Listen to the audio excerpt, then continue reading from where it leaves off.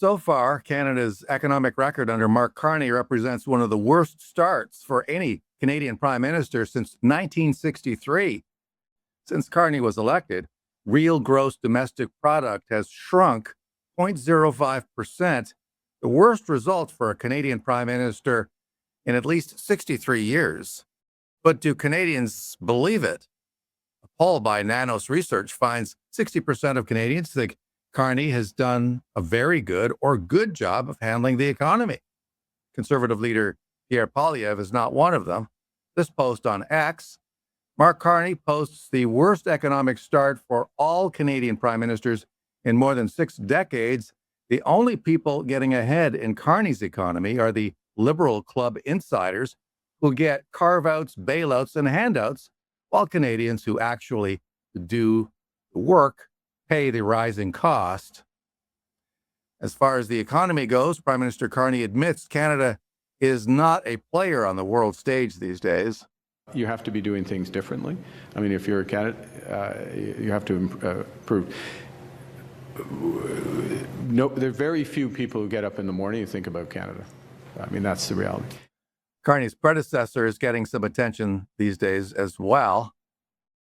Yes, Justin Trudeau appearing in a promotional video featuring his girlfriend, Katy Perry. Not everyone was impressed. Let's watch the video.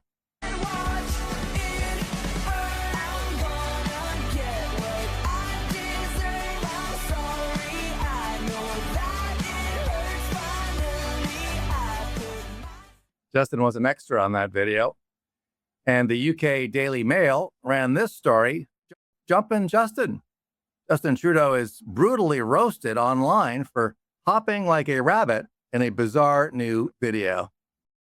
Our guest today is Dimpy Brar. She's a writer joining us from Oakville. You can read her terrific work in the Daily Wire, Washington Examiner, American Spectator, The Federalist, among other publications. Welcome once again, Dimpy. Always a pleasure to be with you, Mr. Petroni. Well, let's watch that video once again. This is, I guess, the former Prime Minister of Canada making a cameo appearance in his girlfriend's video. Let's watch.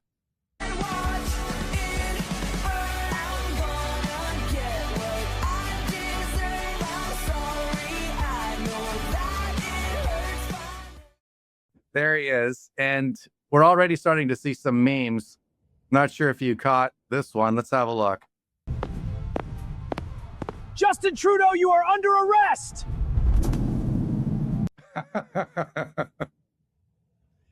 Okay, so I guess the question I want to ask is, should we care that a former Prime Minister of Canada, even Justin Trudeau, who's been known for some hijinks, even when he was Prime Minister, should we care that he's behaving in this way or not? Oh, of course we should care.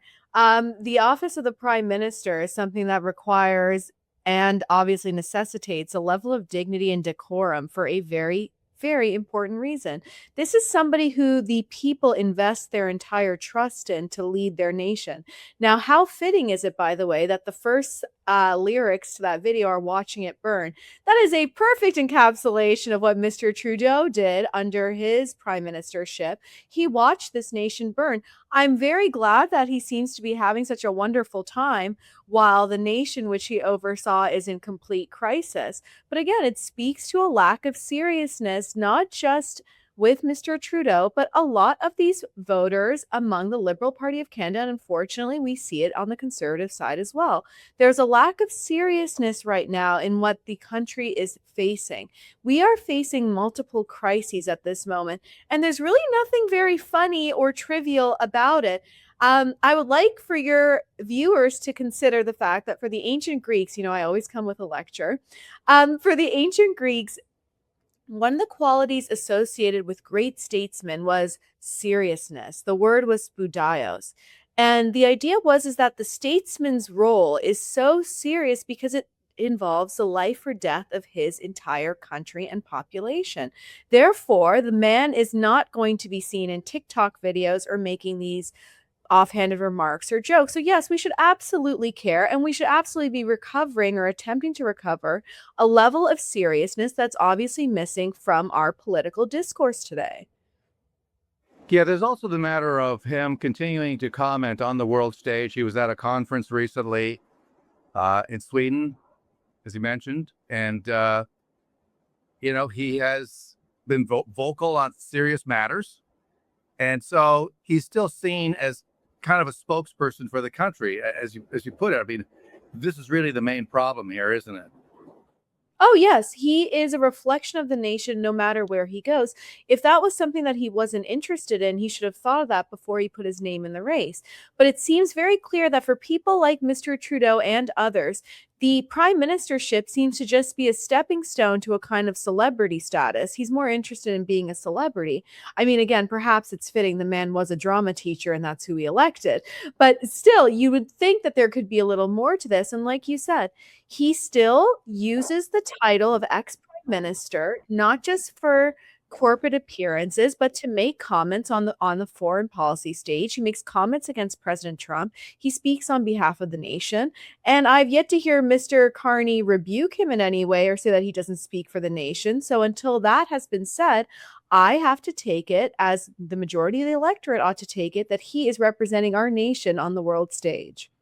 Okay, guys, let's be real. Crime is up. Repeat offenders are released on bail. Police responses are slower than ever. And in many places, law-abiding citizens are expected to just hope nothing bad happens. That's not good enough. And that's why I'm very pleased today to be telling you about Berna. And I'm so pleased to have this partnership with Juno News because I actually own one myself. I bought one before we ever had this deal with Berna. So what is Berna? It is a non-lethal self-defense launcher that gives you real protection without carrying a firearm. It looks like a firearm. It kind of feels like a firearm, but it's not. It's non-lethal. So Berna launchers look and feel like a real handgun, but they don't use bullets. Instead, they fire powerful kinetic rounds designed to stop a threat from a distance up to 60 feet without lethal force. Here's why it matters. You don't need a firearms license. You don't need a background check. There's no waiting period. There's no permanent life-altering consequences if you're forced into the situation where you have to defend yourself. Use the link in the description or visit junomarketplace.com/Berna for special offers. Make sure that you're prepared. It's better to be safe than sorry.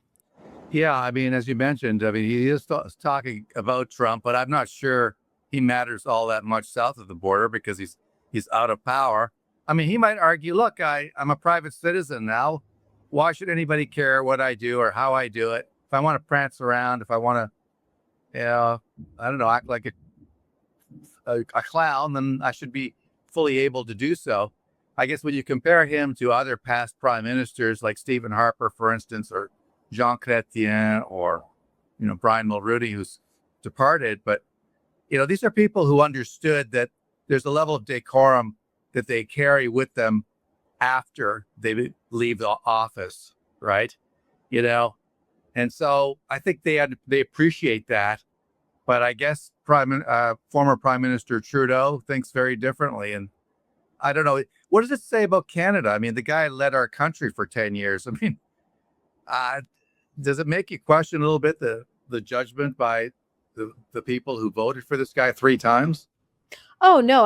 Absolutely. Our leaders, because we live in a democracy, are always reflective of the people and the electorate. So it can be very easy to criticize those in the political classes until you realize that they're elected officials. Again, it speaks to the lack of seriousness in the country as a whole. And we're seeing it now under Mr. Carney as well. Some of the things that we are speaking about that are appearing through our state media right now, thankfully, Juno News is not part of that. But what we see in the state media, if you were to watch it for a day, and I don't recommend it to anybody, but if you were to watch state media for the day, you would see that the biggest news stories are things like the Gordie Howe Bridge or much smaller issues, fake MOUs signed by the current prime minister with nations with whom he has no intention of actually doing anything. It's all rhetoric and it's all optics, and it betrays the lack of seriousness in this country. I do not believe that the people nor their political elders seem to understand the crises which are facing this nation. We are really on a life or death path right now. This is not politics as usual, and this is not business as usual. We just saw the numbers come out today that Mr. Carney is facing the worst first year economic record of any prime minister in the past 60 years. All the signs are there, and we're all decided to turn away from it. There's a brilliant man who once said about those who lack seriousness in politics, it's not even a matter of Nero fiddling while Rome burns. It's a matter of being Nero and not knowing Rome is burning, nor that you're fiddling. And that's what we're into right now. Yeah, you're absolutely right about the state of the economy. I don't think this guy should be very proud about his performance, but lucky for him, according to polls, 60% of Canadians either think he's doing a very good job or a good job. So there's a major disconnect here between reality and the perception of this guy. Maybe they still think that it's all Trump's fault. But how do you account for that? I think that a large portion of this does have to do with the fact that the electorate is vehemently anti Trump. So they will take the rhetoric as well as the optics of being anti Trump over and against the reality, the economic realities that they're facing. And let's be very clear, the liberal electorate is one which is insulated from the consequences of many of their actions. They can be open borders when they live in gated communities in Rosedale. They can be for open immigration when they're living in lofts above the downtown Toronto core where they never have to deal with these people. They can be for all these quote unquote luxury beliefs because they are insulated from the consequences of their actions. Us regular everyday people, we do not have said luxury. So again, this is another case of the Liberal Party and liberal parties across the West in general, which will promulgate ideas and actions which have dire consequences for the everyday man and worker, but they themselves have to bear no responsibility or consequence for. And there is going to come a time when those two things come to a head. We are witnessing right now a kind of economic chaos. Let's not forget that we were supposed to have a Section 301 hearing in the United States. Canada did not even send a representative. So that's how seriously we're taking trade talks. This is with an economy that is so deeply embedded in ours and theirs that any kind of disruption or divorce would affect the entirety of the national economy and our security. This is not something small, and it's becoming more and more clear that Mr. Carney has no intention of signing a deal with Mr. Trump. It's looking as if he is okay to let USMCA expire. And all of this, meanwhile, as he makes overtures to some of the worst tyrannies the world over, not just China, but now we have Saudi Arabia. He said an outrageous phrase to me the other day. He said, engagement is not endorsement. Well, actually, in a liberal democracy, that's precisely what it is. Economics is downstream from our political ideas, and our free markets should be for free countries. That's where we trade with. It is not just an economic solution. This is a kind of political soft power. For him to deny that is to relativize and give him an excuse as to why he can work with China and Saudi Arabia, but somehow America is a bridge too far. Yeah, I mean, on the matter of the media, he seems to be the beneficiary of some very good coverage, very positive coverage. It's like as bad as things get, the worse things get for Carney in terms of what he's doing to the economy, the more the media attacks the official opposition, the leader in particular, saying it's his fault that somehow, he should be joining Team Carney. It's just very, very strange and very disturbing that the media should turn its attention on Polyev as a way of trying to show their viewers, such as they are these days, that whatever problems we have, it's not Carney's fault. No, it's his fault over there in the opposition benches. And based on these nanos numbers, though, you have to ask whether it's a strategy that's working for the prime minister, at least up to this point. Because I think if things continue to get bad, eventually, no matter what the media does, people are going to realize that their government just isn't getting it done. Last word to you. Well, there's also a very ugly aspect to this that hasn't been spoken about, which is it's not very helpful when we have members of the Conservative Party, usually those quote unquote Ontario lobbyists, especially ones who are responsible for the most recent loss in BC with Miss Elliott's campaign. It does not help to have someone come on television or write op-eds about how terrible the opposition leader is, you know? When the call is coming from inside the house, it is a very, very serious management issue. And what I witnessed over Twitter the last few days from a certain faction of the conservative media even has been absolutely outrageous. We saw people absolutely beclown themselves and again speak to the lack of seriousness facing the country. I am a conservative because I care about saving this country.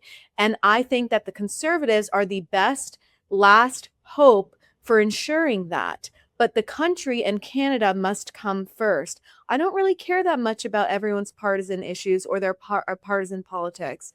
If you want to help save the country, then you are a friend of mine and we are allies. If you are not serious about it, you need to get out of the way so the ones that want to save the country can actually do so.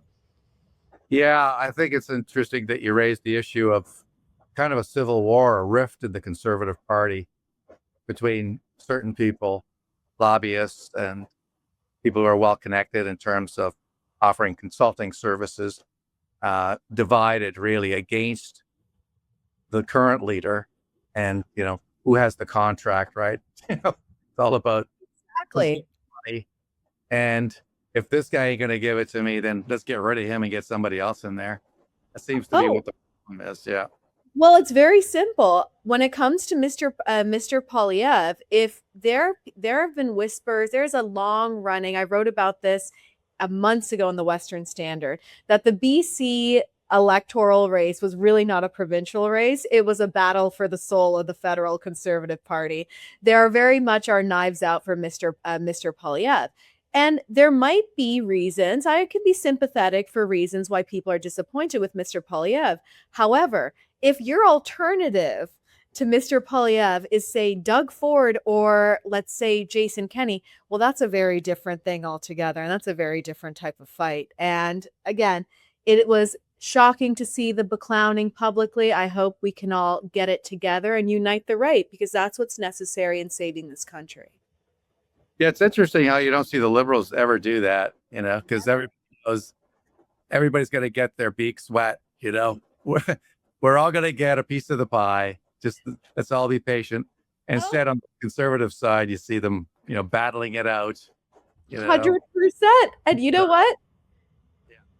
The Liberals will exile and banish you the second you disagree with them. That is like you won't last long. They would never allow that to happen. Only us losers do that.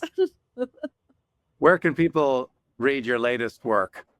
Okay, well, my latest work was in the Washington Examiner, and I was looking at the biggest winner out of the SCOTUS ruling on birthright citizenship, which I say is Xi Jinping. It also has consequences for Canada. Otherwise, you can follow me on Twitter at isthisdimpyb. I am constantly producing, and I'm a little machine right now, so there will be more. Well, you're doing a fantastic job. Thank you so much, Dimpy. Appreciate it. Thank you so much. And if you enjoyed this show, consider supporting great independent journalism by becoming a premier member of Juno News. Please go to junonews.com/straight up. That's the name of this show. You can find the link below. It helps us do what we do. Thank you so much for tuning in. We'll see you next time.